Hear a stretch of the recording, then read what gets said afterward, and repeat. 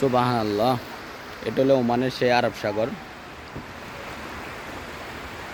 এটার পিছনে কিছু দেখা যায় না। এই যে এটা ওমান সিপ অবস্থিত।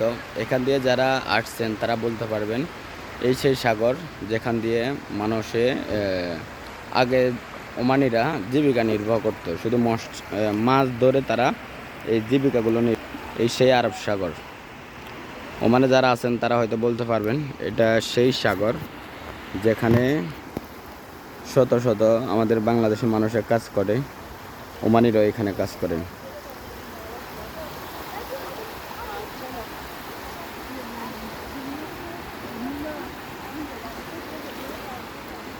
অনেকে আছে এখানে। আসলে আমরা যে এরিয়াটাতে বোট দাঁড়ায়, ওই যে দেখা যাইতেছে ওই সাইডে কিন্তু বোটগুলো দাঁড়ায়। আর সকালবেলা মাছগুলো কিন্তু এই ফিশারিতে আসে। এই যে যেটা দেখতেছেন এটা মাছের ফিশারি। সকালবেলা এখান থেকে বিভিন্ন জায়গায় সাপ্লাই হয়। এখন সন্ধ্যার সময় আর পরে দিয়ে বোট নিয়ে অনেকে বেরিয়ে যাবে মাছ ধরার জন্য। এটা সেই ওমানের বিখ্যাত আরব সাগর।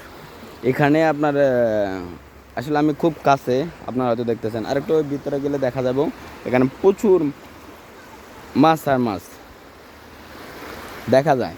এরকম মাছ আসলে এখন সন্ধ্যা হয়ে গেছে, সেই জন্য নামতেছি না, নাহলে আপনাদেরকে দেখানোর চেষ্টা করতাম। এটাই সেই ওমানের আরব সাগর যেখান দিয়ে অনেক মানুষ লিবিয়া, ইরান, তুর্কি অবৈধভাবে যেয়ে থাকে। এই সেই আরব সাগর যেখানে